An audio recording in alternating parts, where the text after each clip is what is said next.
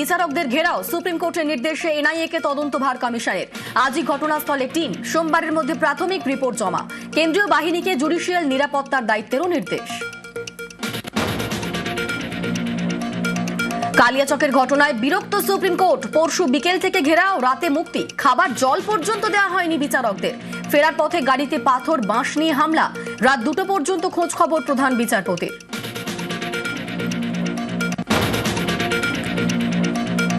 নাম বাদে বিক্ষোভ, বুধবার কালিয়াচকে ঘেরাও 7 জুডিশিয়াল অফিসার। পুলিশ প্রশাসনের ভূমিকায় কড়া সুপ্রিম কোর্ট। কেন নিরাপত্তা দেওয়া যায়নি? শোকজ মুখ্য সচিব, ডিজি, এসপি, ডিএম। কালিয়াচকে অশান্তি, রাজ্য পুলিশের ডিজিকে ভর্ৎসনা মুখ্য নির্বাচন কমিশনারের। অভিযুক্তদের গতকাল রাত 12টার মধ্যে গ্রেফতারের ডেডলাইন। এই ধরনের ঘটনায় দ্রুত পদক্ষেপ না করলে রেয়াত নয়।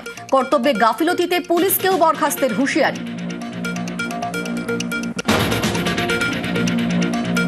কালিয়াচকে ধুন্ধুমার, গ্রেফতার মোথাবাড়ির আইএসএফ প্রার্থী শাহজাহান কাদরি। পরশু গভীর রাত পর্যন্ত 7 বিচারককে ঘেরাওয়ে ধৃত আরো 17।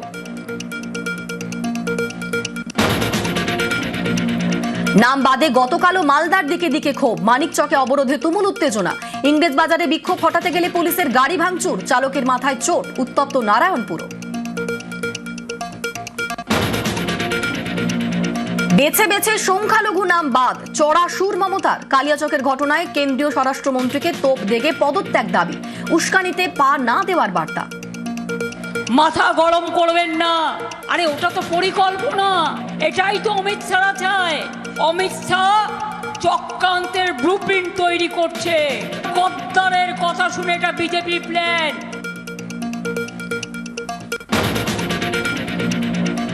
এসআইআর ইস্যুতে উত্তপ্ত জেলা, নাম বাদে রেকর্ড মালদা। ত্রিকোণ সমীকরণের রাজনীতি, সীমান্তের জেলায় লড়াই হাড্ডাহাড্ডি। বিভাজনের রাজনীতি নাকি শুধুই বাইনারি? গৌড়বঙ্গে কার পাল্লা ভারী? বিশ্ব মজুমদারের সঙ্গে দেখুন মালদা থেকে ভোটের সোজা সাপটা, রাত 8টা।